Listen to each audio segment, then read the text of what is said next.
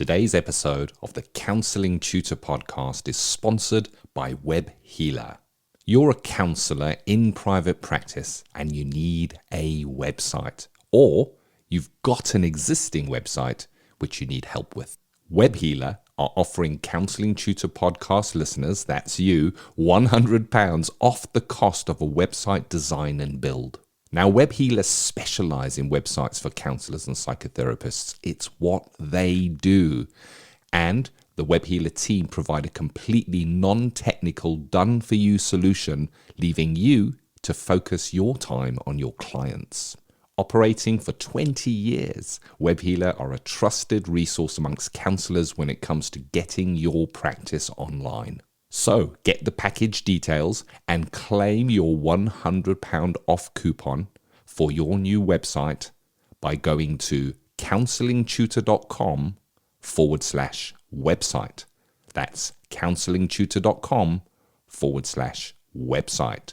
Welcome to the Counseling Tutor podcast, the must-listen-to podcast for students of counselling and psychotherapy.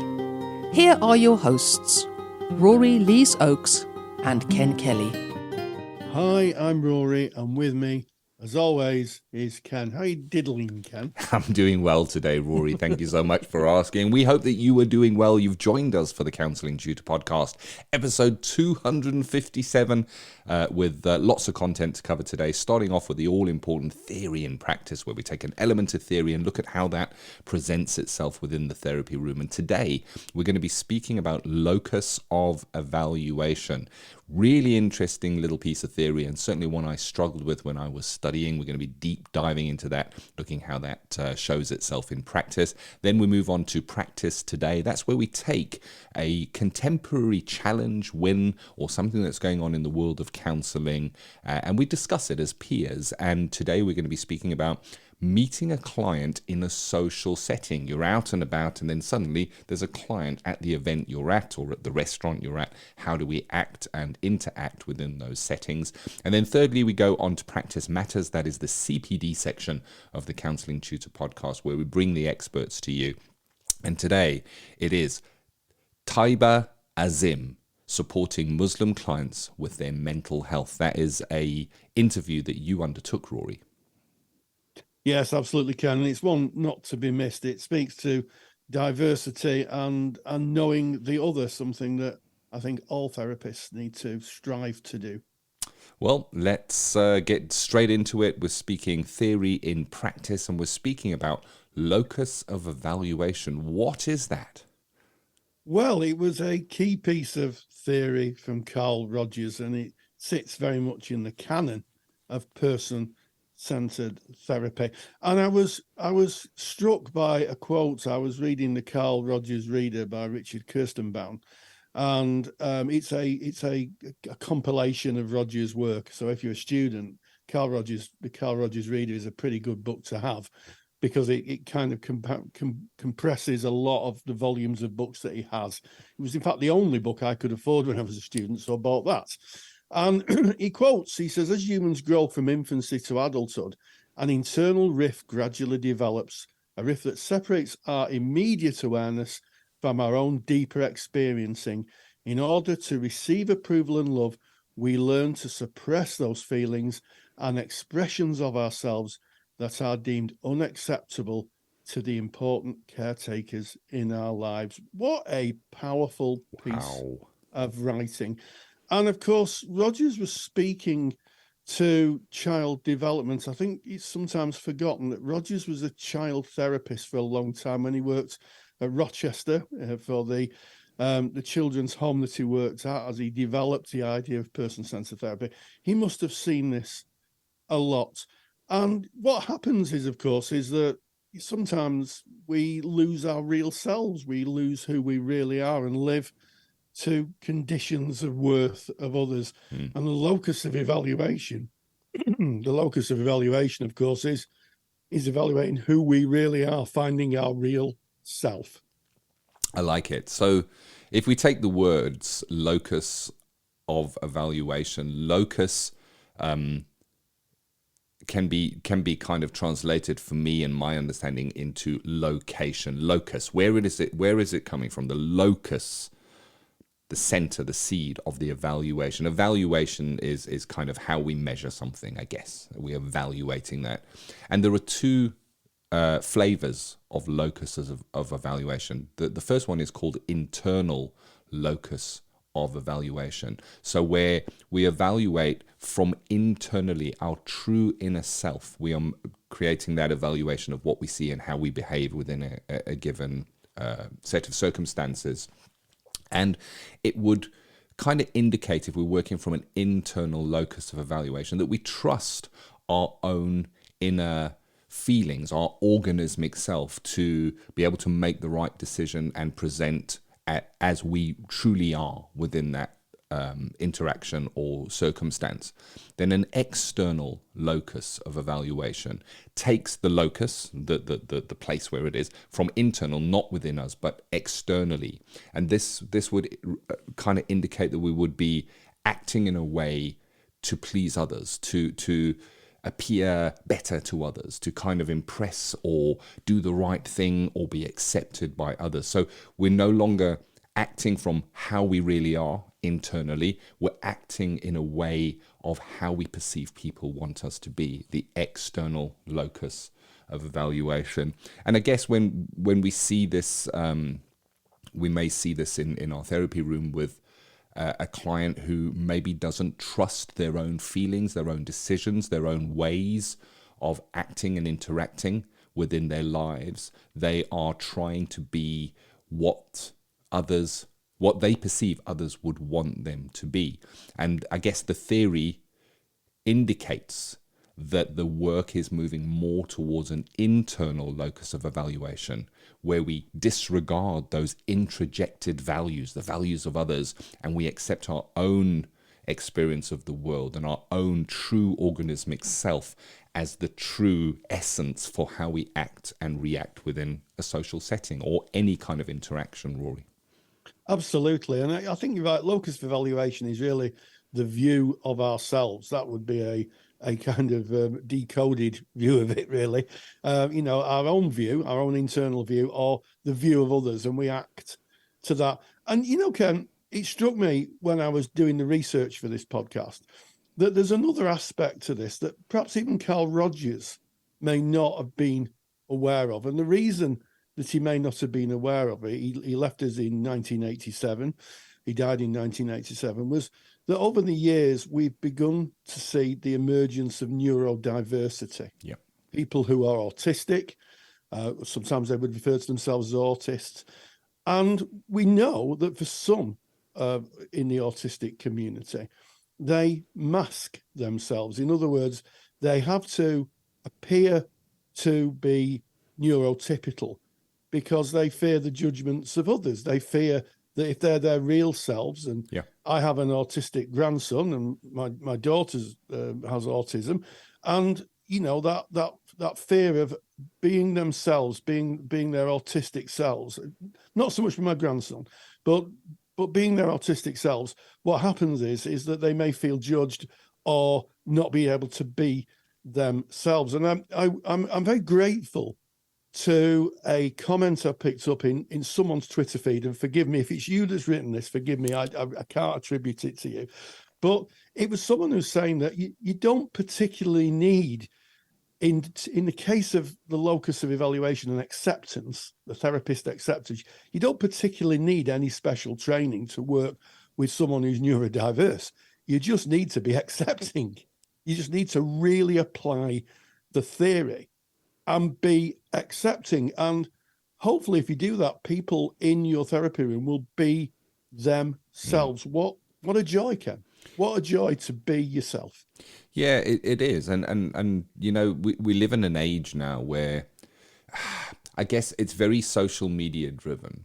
And is the social media portrayal of you the real you? Or is it the you that you want to show the world because that's what the world accepts? And that's what you believe the world wants to see. And then that's just a rhetorical question that you can kind of think about yourself. But it is it seems like we're acting more and more from those external locuses of evaluations. We're seeing it more and more because there's a lot of pressure, I guess, within society to conform to certain norms. And you're speaking about neurotypical and neurodiversity there, Rory. And the neurodiversity kind of lives in a world that is set up as a neurotypical world. So there is this unwritten, unsaid set of rules that we need to conform to. And I myself am neurodiverse, and I lived for over 50 years without even knowing I was doing it. And I think that is the important part here.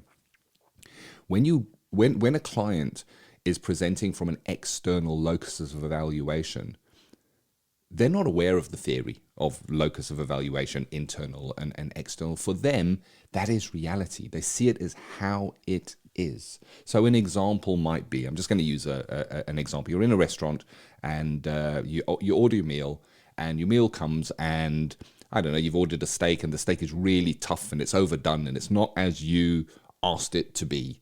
And then a minute later, a waiter or a waitress would come to the table and say, "How's everything going?" If we go, "Oh, it's fine, thank you. Oh, I'm not coming here again." That is an external locus of evaluation. I don't want that person to feel hurt or kind of look at me in a negative light. I don't want to upset them. I don't want to, I know they're busy. So I'm making a decision that kind of compromises myself within that moment. What kind of a feeling goes on inside when that kind of transaction plays out versus, is everything okay? Actually, no, I asked for it such a way and I'm finding it such a way. Internal locus of evaluation. But internal locus of evaluation sometimes, well, first of all, it takes knowing who you are. So personal development gets you there. And secondly, it takes an act of courage to be your true self. There was an advert on television, some footballer in a press conference, and eventually he says, "I can't be who you want me to be anymore," and he storms out. And that's the advert. And I thought, wow, that's so cool. The dude's gone to his internal locus of evaluation. How often are we playing parts in our lives? We're being who others want us to be in our work, in our relationships, in our own families sometimes. It's an interesting concept, and it can hold a client back. It can hold a client back where a client is looking at their situation, speaking about the experiences they're having, and acting in a way which is not congruent to themselves. They're acting in a way to please others or be somebody for others. And it's exhausting. It's exhausting to play that part. It's almost like you're an actor playing a part in your own life. You can't really be you. You've got to be an actor, and sometimes playing a different part in different settings, Rory. Yeah, absolutely. And we all find ourselves, sometimes having to be slightly incongruent. I think it's a big ask to be congruent all the time, because there are times when you just can't be. I've certainly said on occasions, meeting someone who, shall I say, I may not rather spend time with, when I've said, "Oh, it's lovely to see you again," which really what I'm thinking is, oh dear, this person's here. I'll make the best of it, and then I'll make a sharp exit. And we do that. They're social kind of norms that we adapt. But I think it's this. I think I'm going to pick up on what you were saying about this, work that's done in therapy. This kind of internal investigation of who we are and what's important to us, and that's the work of therapy, isn't it? Where someone comes along, and we start that process of personal development. We start to be more of who we are and less of what other people want us to be. Mm-hmm. And one of the quotes, many quotes that I've come across on this, is from a man called John Schleen. I mentioned him on the podcast before. He was a student of Rogers. He was probably the greatest exponent of person-centered therapy in America. And he has a wonderful quote, and he says, "Everyone knows everything. This is not a theory of knowledge. It is that you, we know everything about ourselves. There may be defenses, denials, cover-ups, faults, and interferences and overloads in memory. But we know, we are the ultimate source. Isn't that powerful. just beautiful? And if you want that quote and the citation, I'll pop it into the show notes. All you have to do to get there is go to counselingtutor.com, find the podcast tab. It's episode 257. We'll pop that quote in. Very handy for assignments, methinks. Yeah, if you're doing person-centered, definitely. Yeah. So let's take that theory and kind of bring it into our therapy room. What might we see? So a client may come in. I'm just going to use random examples here. So maybe a client comes in and says, my partner thinks that I should come to counseling. That would be an external locus of evaluation. They're using a separate person to themselves for the reason that they might be sitting in front of you. And a soft challenge back might be something like, and I wonder how you feel about that. What do you think? And then looking at that person, do they stay in that external, well, they said that I act like this and that I'm doing too much of that and I'm doing too much of the next thing. Maybe that's still staying in that external locus of evaluation. And again, gently and with empathy, coming back and saying, and so I hear that you're saying that they see that within you, but how is it for you? What are you feeling? And even if we get just that tiniest little bit of, well, actually, I think that blah, blah, blah, and they bring a little bit of themselves, what we can do as the therapist is we can look at that, put our attention there, and then treat whatever it is they bring with that unconditional positive regard that you mentioned earlier, Rory.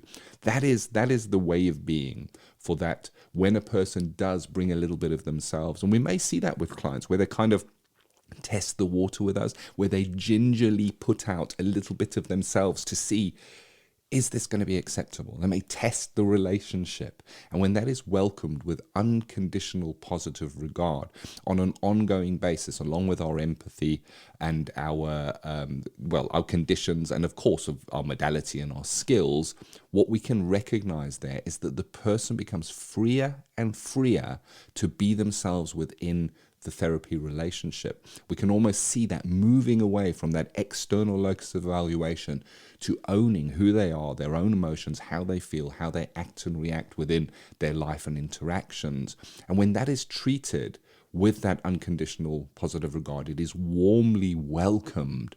It can do a lot. So we're talking about patience and we're talking about those core conditions. Holding that client can do so much in kind of, I guess, gently challenging the external locus of evaluation. Yes, I hear that that's what they say, but I wonder, how is that really for you? What do you feel? What do you think? What do you, and how do you experience that? And bringing it back to their locus of evaluation. And as the therapist, trusting their locus of evaluation, not the external locus of evaluation that others may be putting on them. Because so often a client might be operating from an external locus of evaluation because they don't trust what they feel and what they experience inside. Yes, absolutely. And I guess the therapist is almost a vitamin in the relationship, in that they provide a condition, an attitude, a place where the client can start to experiment and find out and have that internal discussion of who they are. And, it can sometimes be a long process. And, for those people who've worked to extreme conditions of worth, where they've been told they're only loved if they do what they are told, it can take a long time for someone to unpick what are the external drivers, if you like, to their behavior and what internally they want. And sometimes, not to put too fine a point on it, it can be a bit of a rough road. It can be things like separations, divorces, leaving work, leaving families. Certainly for, those in the LGBTQ plus community, it can be a very difficult emergence, depending on how accepting and the messages that they've had from those who love them. And, I've certainly, had colleagues who've taken a long time to, I think the term is sometimes coming out. I think maybe a bit of an old-fashioned term now, but, we'll use that term because it's the one I know. And it can be a very difficult road to travel, which is why a therapist really needs to stick in for the long term, dig in for the long term, and be there for the client. You literally sometimes both on a boat in the middle of a storm, and you have to be there for the client. You have to be in those choppy seas and that bad emotional weather.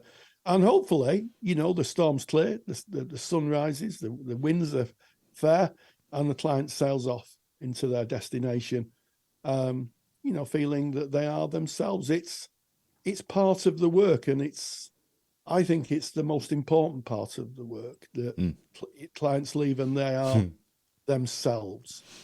I like that, Definitely, Rory. yeah. I love that. I love that therapy is finding yourself, not finding solutions, but finding your true self.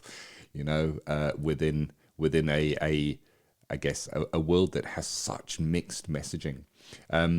It also occurs to me that when we speak about external locus of evaluation, it's very easy to look at external locus of evaluation as being negative.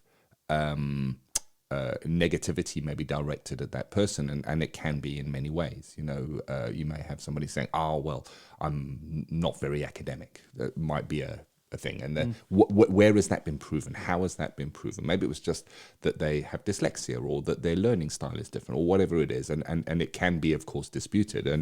But the example there is a negative connotation from an external locus of evaluation. But positive external locus of evaluations, or those that appear positive, can also show themselves as distressing. So you might have somebody saying, I shouldn't be feeling like this because I'm really successful, because I've got a really good job and I've got a really good salary and I drive the car that I wanted to have and I live in the house that I wanted to have, but yet I'm feeling blah, blah, blah, blah, blah. And there, the external locus of evaluation indicates that if you've got this kind of a job and this kind of an income and you live in this kind of a house, therefore you're sorted. You should be happy and life should be joyous and free, and you should be damn grateful that you have all those kind of. That is an external locus of evaluation. It's a belief that is set up external to self. The true internal evaluation of that is, I am miserable. I'm miserable in my life, and accepting that and coming to the internal locus of evaluation is at the very minimum a starting point. Seeing it, recognizing it, and being in it. And sometimes life is tough, and sometimes life is unfair, and sometimes things don't go our way, and those expectations we have don't work out. And being in that discomfort sometimes is part of that journey. And it's certainly uncomfortable for me many times where I moved from an external to an internal locus of evaluation. It wasn't a joyous, wonderful, celebratory moment. There can be pain with that. And I recall a client from many, many years ago who, in a breakthrough kind of session, said, I've just realized this is not them. This is actually within me. And for me, that's a celebration of, well, there you go. We've moved from an external locus of evaluation. Everything that's happening in my life and troubling me is there and outside of me, to I control this. I take ultimate responsibility. It's a great movement. It's going from that external to that internal locus of evaluation. But this was really tough for that client, and they needed to work through that. But it was a starting point to start working on it. Because when all the issues and problems and challenges are external to self, there's not a lot we can do about it. If they could change, and if the job could change, and if my car could change, and my partner could change, then it would be better. Well, they are as they are. So it's only when we move internally that there is any, I guess, road for exploration and development of what that really is. Yeah, absolutely. And I think also that I wonder what Rogers would have thought of our social media generation, the Instagram generation, the likes generation, because I was out for something to eat with some colleagues, child therapists, recently, and this topic came up, that the selfie isn't my life great Insta generation is conditions of worth and interjected values, and certainly external locus of evaluation writ large. how many people we see on social media who are pointing at their wonderful, flawless lives on cameras and their beautiful travels. And occasionally we pick up very sad stories in the media of social influencers, people who have lived a life across social media, whose life isn't the perfect, filtered story that they've been telling other people. It is very, very different and sometimes quite tragic. And I think that's a parable for our times, Ken. It is. And on the extreme side of that, people may choose to take their own lives. And on the face of it, when looking back, it looked like everything was fine. And it is that. It's being someone for others, showing everything is great, in this day of skin softening filters, and we're told what we should dress if we're successful, what our body shape should be like. And these messages are coming at us all the time, through the programs we watch, through the media that we consume. It's through the people that the media create as icons and say, these are the people to follow. These are the successful people. And there is vulnerability, I guess, in if I show you who I really am, will you love me? Will I be loved? Will I still be accepted? And sometimes a client will deal with parts of self that are not acceptable even to themselves. I can't accept that part of myself. So how can I dare be like that? How can I dare show that? As a autistic man myself, I have parts of me that I've kept hidden from the world because of how I would be seen, perceived, judged, for that. And you started this, Rory, speaking about masking, and that is a form of masking, and masking is putting on the mask of how I believe the world would want to see me within a given situation, because I can't show my real self because it may not be accepted. And it's interesting because there's a challenge to myself in that as well. It's a great topic, this, and I think that exercise-wise, if you wanted to play around with internal, external locus of evaluation, start with yourself, because the personal development is always a great starter for this.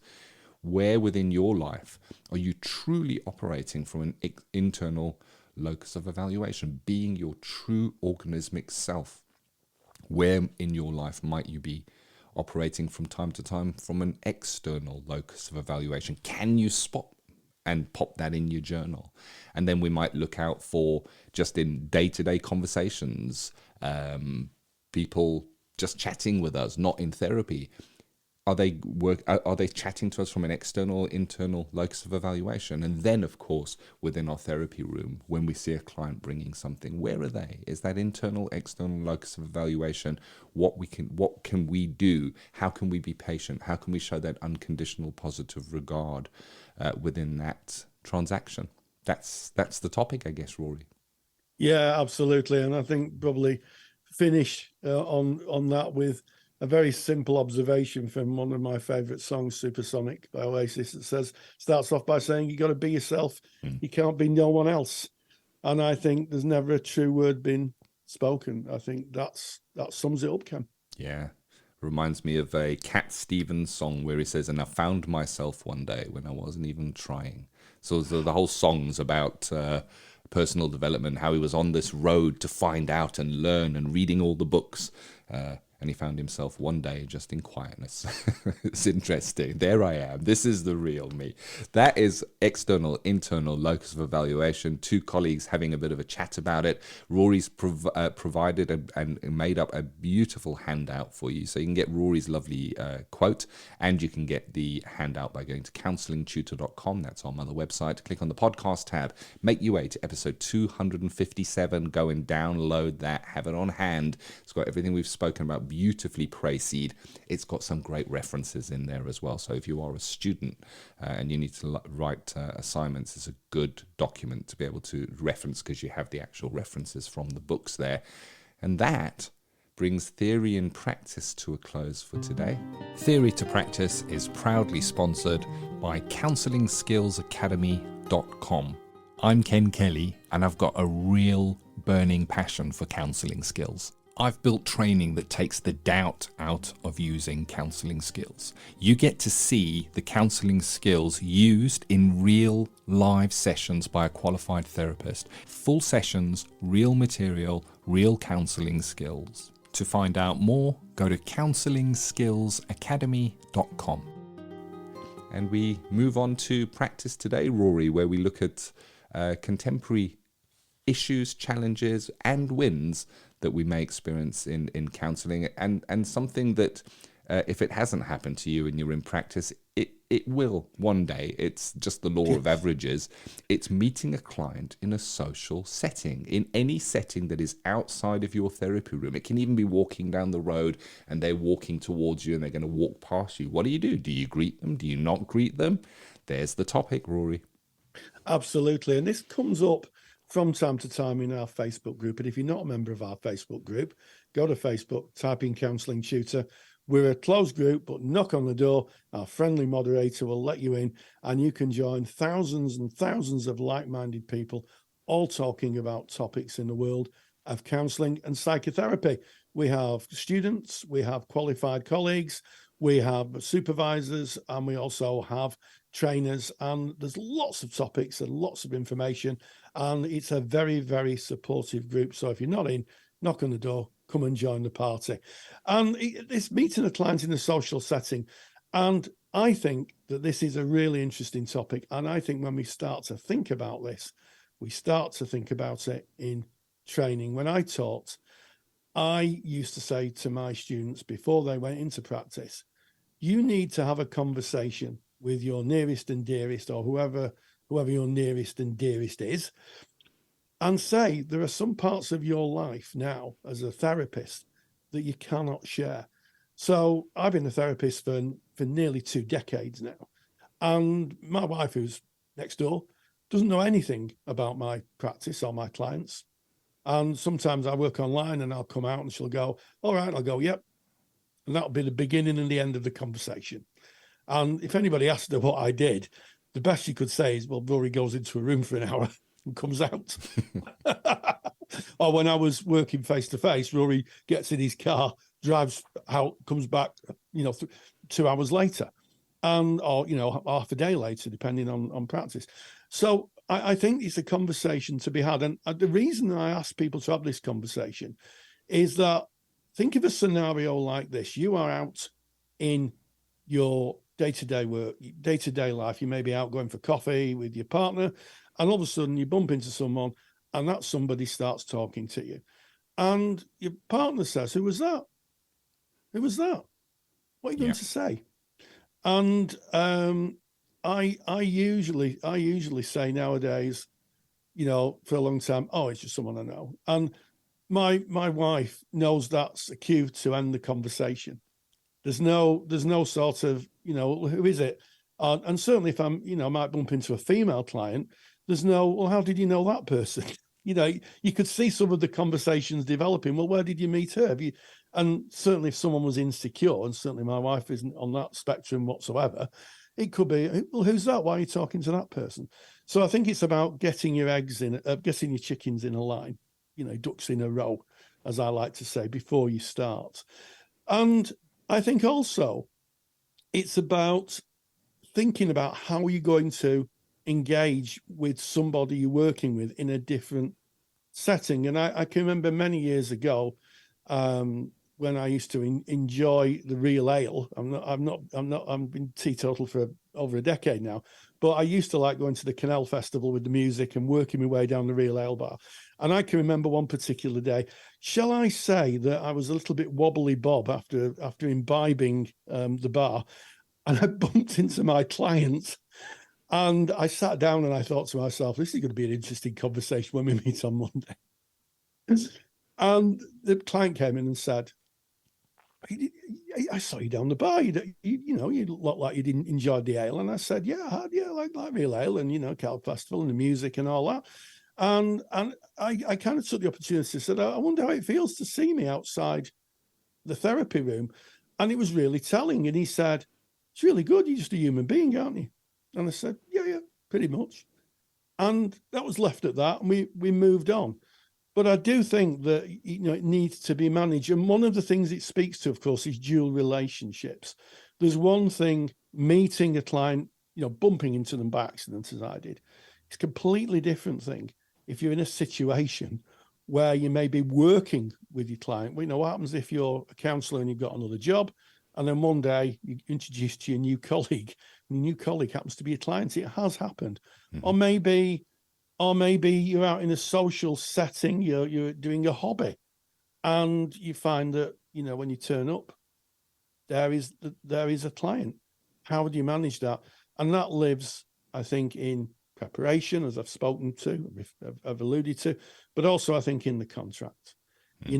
Saying at the time of contracting, if we meet outside, and explaining, what the boundaries are, and how and the client agreeing to that. And in my experience, if you do that, clients are okay. They want to get on with their own lives. They probably don't want to spend time with their therapist outside the therapy room. But it does take some consideration, Ken. Yeah, I think that this is a really, really important consideration. And you're 100% right, Rory, in that this lives in the contract. It lives in the contract. And if it's not in your contract, maybe it's time to revisit that contract. Because when you bump into the client in a social situation, it's already too late if the rules of engagement have not been predetermined and agreed to. So you mentioned, Rory, from your frame of reference that you might meet a client and maybe they say hello and you say hello back. And you mentioned that maybe your significant other, Mrs. Counselling Tutor, might say, "Oh, who is that?" Well, the other side of that coin is if that client is with somebody else and we say hello to them and the client says hello back, and then their person that's with them says, "Who is that?" That might put the client in a position where they have to lie because they may not want the person to know that they're in therapy. It could be uncomfortable. They may need to divulge that they're in therapy. And we don't ever want a client to be in that kind of a position. And that is sorted in the therapy room right in the beginning when contracting.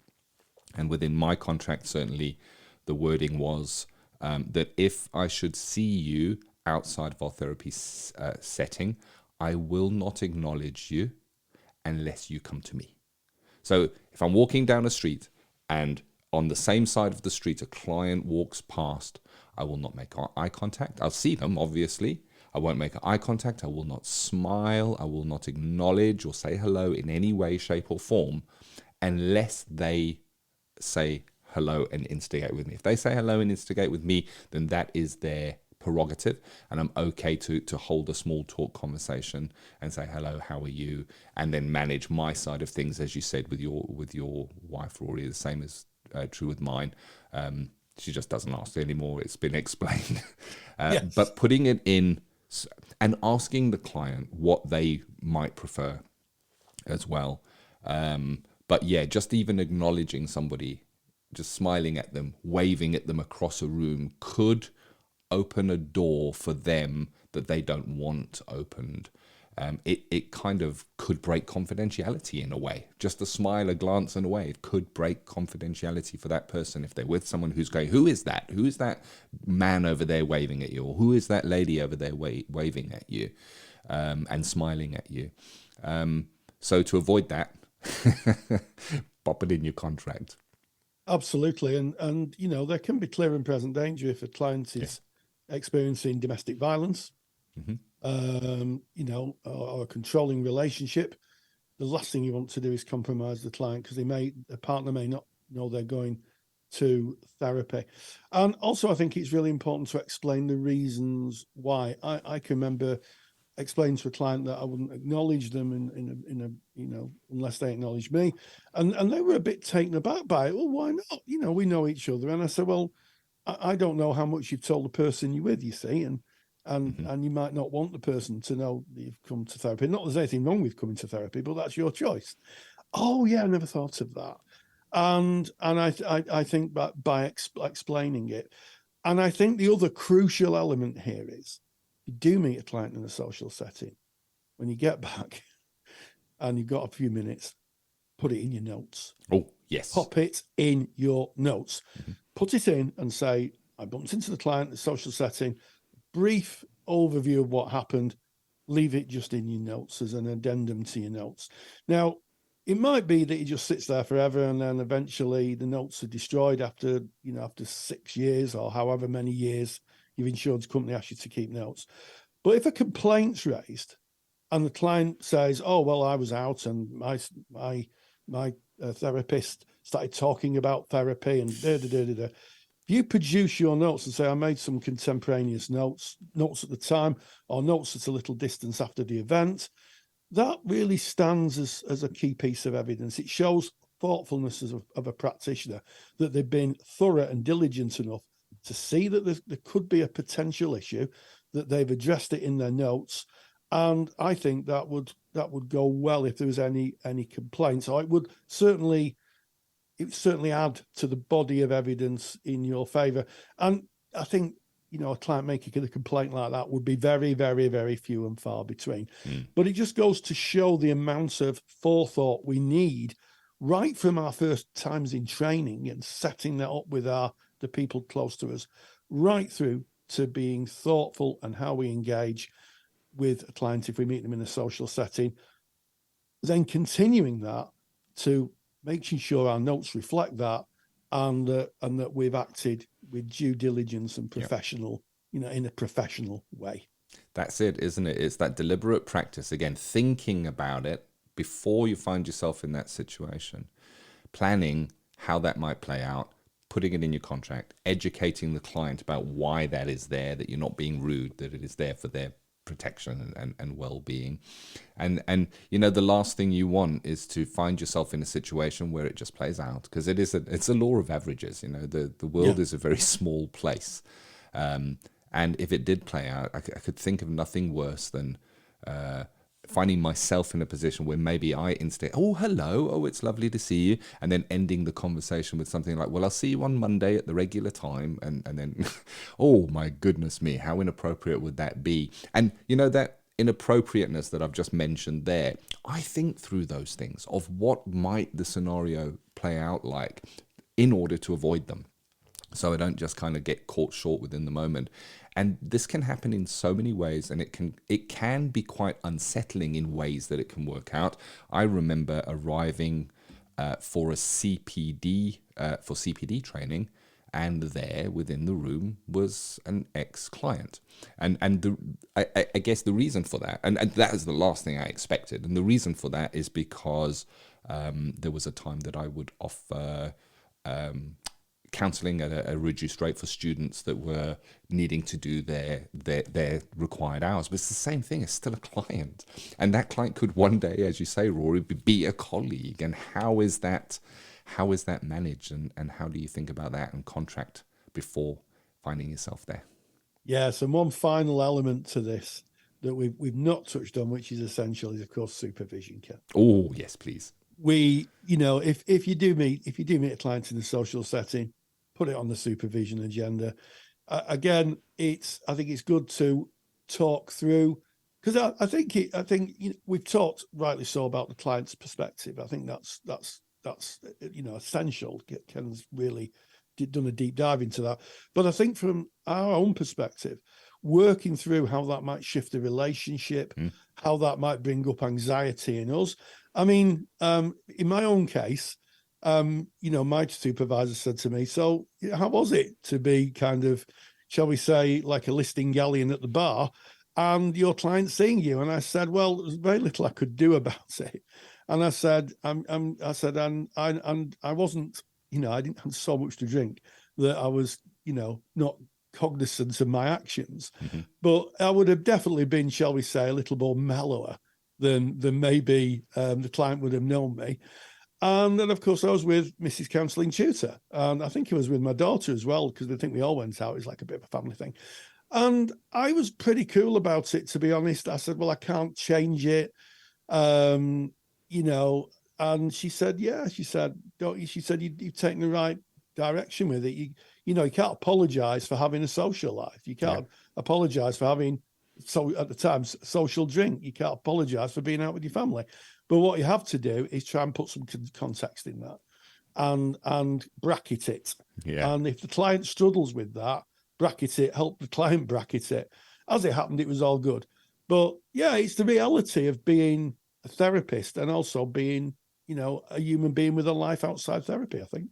Indeed. And it's interesting to kind of put a full stop at the end of this topic, because I know we've got to move on to our CPD section.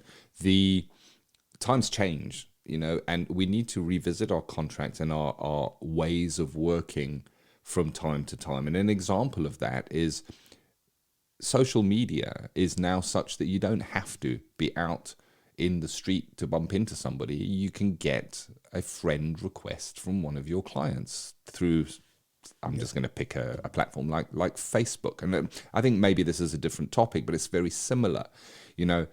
Have you contracted with your client that you will not friend them on social media? A client has the right, and they sometimes do go online and search for their therapist. And how might it be if they send a friend request to you and it is ignored? What might that feel like with them? Maybe they're an ex-client. If you haven't mentioned that or discussed it beforehand, I feel for myself it would not be appropriate for me to have a friend connection on social media with a client, because I have a personal and private life that I share with my friends and family, which is very different to my professional counseling life. But I would certainly be putting that in my contract too. So it's managing the meeting client in a social setting, and of course updating that, making it really current and contemporary, and saying, how does that work online? And that is practice today. Those what happens in counselling, the day-to-day running, I guess. And now on to Practice Matters. That's the CPD section of the Counselling Tutor podcast. An interview with Taiba Azim. I hope I've pronounced that correctly, Rory, and that is supporting Muslim clients with their mental health. You reached out, you did this interview. Absolutely. I caught up with Taiba, and she spoke about a very important aspect of practice in a secular society, that we may meet clients with a faith position. In this case, it's the Islamic faith position. And as we'll hear, she speaks about what therapists may need to consider when working effectively in a multicultural society. I caught up with her, and this is what she had to say. Practice Matters. The National Counselling Society is proud to sponsor Practice Matters. National Counselling Society are really excited to have launched their Children and Young People Therapist Register for counsellors working with the younger age group. To find out more, visit nationalcounselingsociety.org.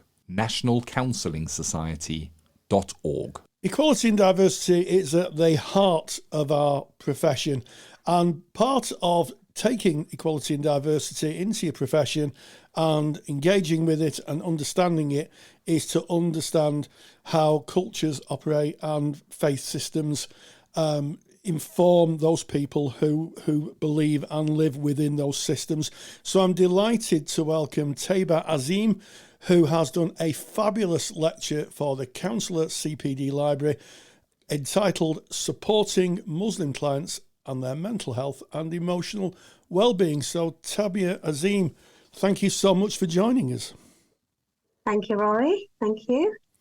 So I think that possibly one of the issues that therapists, all therapists need to consider, is how much they understand the mechanisms of the faith and cultural positions their clients exist in. And Islam is a growing faith position. It's as established in our society as a faith position.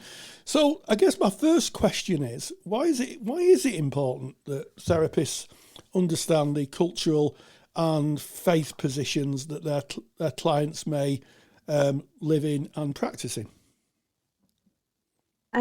In terms of that, it's really important to understand that people are different. People come from various backgrounds, and so what shapes them as an individual who's seeking therapy is family, as we know, relationships, and then communities, and within those communities, then we've got faith. We've got particular cultures as well, and a way of, for Muslims, especially Islam is a way of living and being. So having that understanding is crucial to the client being understood in the therapeutic space. Yes, and I guess that if you're working with someone who has a faith cultural position, that cultural and faith position is the scaffolding which holds their life experience up. And if we're not careful as therapists, if we don't understand how that scaffolding works, I'm using a very kind of visual term, scaffolding, we could bump into it and dislodge the scaffolding, or even worse, the client may feel that they're not being heard. So in terms of working with Muslim clients, is there anything that therapists need to be immediately aware of or thoughtful of? I think just having a general basic knowledge of what Islam is, in terms of one of the lecture that I've done is around the 5 pillars of Islam, which is something that's very universal within all the sects of Islam, as far as I'm aware. So just having that basic understanding on the principles is a starting point in order to help the clients that come and see a therapist, so that the client isn't having to further explain why they're coming from a certain position or certain thought within the Islamic framework. I think that's really, really interesting, because I've always said that clients shouldn't have to explain or educate clients on their culture, therapists on their culture. The therapist should have some understanding. It doesn't mean, of course, that through the arc of working with a client from a different faith or cultural perspective, or that you don't find things out and you don't enrich your knowledge, but it shouldn't be from the perspective of, what are these 5 pillars of Islam, and then the client having to spend valuable time in therapy explaining them. That work should be pre-done, and you can find that there's lots of authoritative websites that would explain that, I'm guessing. Absolutely. The 5 conducts, the 5 pillars of Islam, are, as soon as you open a page up in terms of what is Islam on Google or whatever browser you're using, it would generally come up with the fact that there are 5 pillars that we adhere to, or try to rather. And there's something that in this society that we're living in, Ramadan, fasting is one of them. And I would assume generally pretty much everyone is aware that Ramadan, or there is something called Ramadan that occurs once a year. And also in terms of just generally praying.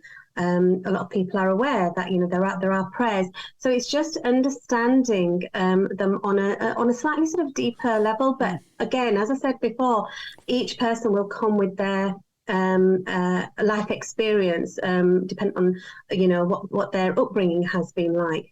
But in general terms, the basics of the 5 pillars are there within each sect. Yes, and I think you've touched on a very interesting point. Every Muslim client is an individual. They are a Muslim and they're an individual. So their life experience and their engagement with faith, as with any faith, can vary. So we mustn't stereotype them. We mustn't see people of faith as just one very narrow kind of niche of people. There's a wide array of people within any faith position. Absolutely. And I think it's really important to sort of establish that when you're working with a Muslim client, is perhaps in the assessment, do they belong to a faith group? Is it religion or is it spirituality? Because there's also a difference in terms of I don't really like the term practicing, but it's what is tended to be used in inverted commas, a practicing Muslim who's adhering to praying 5 times a day, etc. Or is it about spirituality and what they're working on is self-awareness and being conscious and being reflective, which again is a part of Islam as well. And sometimes clients will marry the two, which is what's, which essentially, Muslims do try to adhere to. You've got the practical guidance, and then you've got the spiritual, and you're embodying both of them. Yes, yes, and again, it comes down to not stereotyping and not seeing individuals just in one element or through one prism. People of faith, people who believe in Islam, they are a wide variety of people who may engage with their faith and their religion in many different aspects. Of course, with Islam, there is the book called the Quran, which is, and you'll have to excuse me if I don't want to offend, but the word of Muhammad was written by Muhammad, and within it outlines certain laws, certainly around things like divorce, sexual intimacy, and that type of thing. Why is it important that therapists understand the mechanisms of Quranic texts when it comes to things like divorce or women's place within that faith position? Okay, I'm just going to go back a little bit. So it wasn't written by Muhammad. It is something that has come from God. What Muhammad had done is he'd memorized all of this. The Quran, as we see it today, was actually written years later, as far as my understanding is. And that's because everybody had memorized the Quran, and then they wanted to put it in some kind of order, because as human beings, we we need something quite sort of practical and visual rather. So there's that. But what Muhammad did was he embodied to a certain degree the Quran. So it's his teachings that we also follow. So as Muslims, we go back to the basics of you'll find the information in the Quran. And then there's something about looking at the teachings of the Prophet Muhammad, which match up with what the Quran. Coming to the rights of women and the chapter, there is a chapter called Women, Surah Al-Nisa in the Quran, and that's dedicated to the rights, basically, rights, roles and responsibilities of women. And it's, that is a really, really important part of Islam. It empowers women.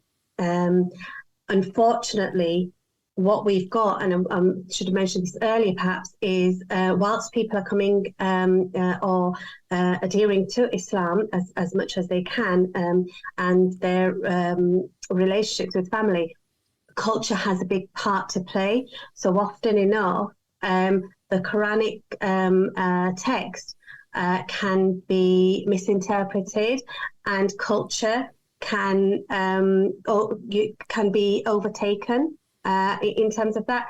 So some of the Muslim women aren't actually aware of their own rights in Islam either. So in terms of coming into the therapeutic space, it's important for perhaps therapists to understand that Muslim women do have rights. They are empowered. They have a right to education. They have a right to work. Their money is their money, and their husband's money is their money as well. So there are so many things in that. And in terms of divorce as well and intimacy, all of these things have been laid out in the Quran, and the way the Prophet Muhammad embodied that as well shows that in one aspect that Islam came to support and empower women and females, because again, we're looking historically, patriarchy women have been subjugated. So Islam, came in to give women power and freedom. So, yeah, I think it's important in the therapeutic space if a therapist can understand perhaps what what roles and responsibilities a Muslim woman has, what her rights are, so that there's something about again empowering and supporting the client if they're coming with regards to their self-esteem, if they're coming into therapy with regards to relationships, etc. So even if they're not aware, so much so, a therapist can kind of be curious about it, and even to the fact that my understanding is, I've read this, what are your thoughts on that? So you're kind of exploring that, and you're empowering the client who comes to you. Yeah, and I think it's really interesting because I used earlier in the podcast the term causing offence, and I think a lot of people are worried about causing offence. But I think what I'm hearing you saying is if you have the correct information and you can help the clients understand that information, certainly female clients, that's empowerment. Knowledge, as they say, is power. And if I'm hearing you correctly, it would seem that, as in a lot of faith positions, that male dominance, sometimes referred to as the patriarchy, has kind of skewed sometimes the interpretation to disadvantage women. Would that be a correct summary? Absolutely spot on. There are so many layers in terms of women being dominated, and as I said, some of that can be culture as well, and in the latter sort of years as well, some aspects of colonialism as well have allowed for that. So I think just power, knowledge is power. And what I do say is it can only be more powerful if it's implemented as well. Yes. So as a therapist, I myself, I'm involved in activism. I'm an activist. So what I do inside of the room is what I do outside of the room. And with that activism comes sharing that information with my clients who might not be aware. Yes, and I don't think I'd be doing my job as an interviewer properly if I didn't touch on that aspects of colonialism. What is it about colonialism? And I guess that would be maybe summarised as the domination of white societies over indigenous people. I think that's probably a shortcut. What is it about colonialism that could disadvantage a female Muslim client? So with colonialism, I think it is in and of itself a huge topic. So Islam generally has been, I would say, a liberating religion for Muslim women. Come colonialism, not only have indigenous communities been subjected to oppression, but then they've left certain remnants of that. So you're dealing, again, it's that crossover with, you've already got patriarchy, you've got some elements of culture, and then colonialism just sort of adds to that as well. And we've got to be very much aware of, perhaps our own prejudices. Where do we fall short in that therapeutic space? I, as a South Asian, Pakistani Muslim woman, if I've got somebody who's African, Caribbean in front of me, what do I know of them? What do I know of their history apart from, enslavement or slavery? What else do I know about it? And that's important. It's important for me to, learn something of that. So again, if we're specifically talking about white therapists in a room with a Muslim woman, do the homework. Yes. Have an understanding of not just the faith, but what has colonialism done as well. And I request look within yourself. As much as we can say, we're not racist and we're not judgmental, we're not this. We're human beings at the end of the day. There's so much to learn, and sometimes the more you know, the more you think the more you actually don't know. Yes. yes. I think it's a very interesting debate and conversation that's had within therapy, and certainly the idea of otherness. The fact that when you meet someone, you're meeting a other, and they're unique in their experiences and their history and what's brought them to be who they are, I think is really, really important for us to grasp as therapists. In terms of the lecture, what do you hope that people will take away from watching your lecture? That there is actually more to being a Muslim and to Islam than what the media portrays. To be fair, because we can have this sort of subconscious bias in a sense through the media, and this I'm hoping will give some kind of foundation for therapists in order to work with Muslim clients. So you don't necessarily have to be a Muslim to work with your Muslim clients, because the Muslims do have certain things that are already existing. It's just how do they apply that when they're going through the difficulties that they are. So meet them where they're at, and ask them those questions. So do you pray 5 times a day, or do you fast? How do you find that? And through that, you'll begin to garner some kind of understanding of, okay, this is useful to them. So maybe they did it previously, and this is how they felt. And as a reminder, how about, how do you feel about, implementing that again, since, it's something that you found useful. And we talk about meditation, we talk about grounding, and there are so many things that are already there in our practical lives as Muslims that do the grounding work. So if you're meeting them at their level, instead of kind of going, let's do a guided meditation, here's the sun, here's the sea, etc. Maybe that grounded meditation is evolved around pilgrimage, around the Kaaba. So there's something that resonates with them, for the Muslim client, and it feels real. It's something that they can connect to. Supporting Muslim clients and their mental health and emotional well-being is available in the Counsellor CPD library. And Taiba Azim, thank you so much for joining us today. Massive thank you to Taiba. Massive thank you for you, Rory, for reaching out and getting all the good interviews in.